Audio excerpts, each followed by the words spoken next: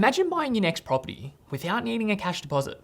So if you've owned property for a few years now, there's a good chance that it's either grown in value or maybe you've paid down a chunk of your loan.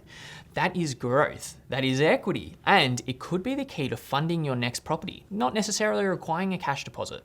Let's unpack what equity release is and how it can work without overcomplicating things. So equity is the difference between your property's value and your remaining loan. For example, if we've got a $500,000 property, but we've only got a loan for $100,000 here, that means the difference, $400,000, that is equity in the property. Now, banks typically let you borrow up to 80% of your property's value. So in this case, that means that we can only borrow up to the $400,000 mark. So we can slap on an extra $300,000 loan here.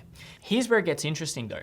You can use that $300,000 loan as a deposit for your next property. So you go to the bank, you get the $300,000 loan, which is secured against the current property. And when you get the cash, you pick it up, you put it across into your new property and you use it as the deposit. Then you go to the bank, hey, here's the $300,000 deposit. Can you please top up the rest? And they will go and give you a loan secured against this new property for the remaining amount of money. Lender's mortgage insurance isn't going to be required because we've secured that $300,000 against another property. A couple of cautions around releasing equity though.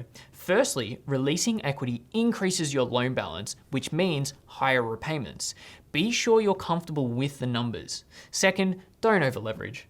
Just because you can doesn't always mean you should. Understand the risks, especially if the market shifts or interest rates rise, you're going to be left footing the bill. Leveraging equity can supercharge your property journey. It gives you access to multiple assets without needing cash in the bank. We've just done it there without requiring a significant bucket load of cash for a deposit. So if building wealth through property is on your radar, take the first step. Assess your current equity position. There are 6 and 7 figure decisions to be made here. So again, reach out to your advice stream team and get this stuff sorted.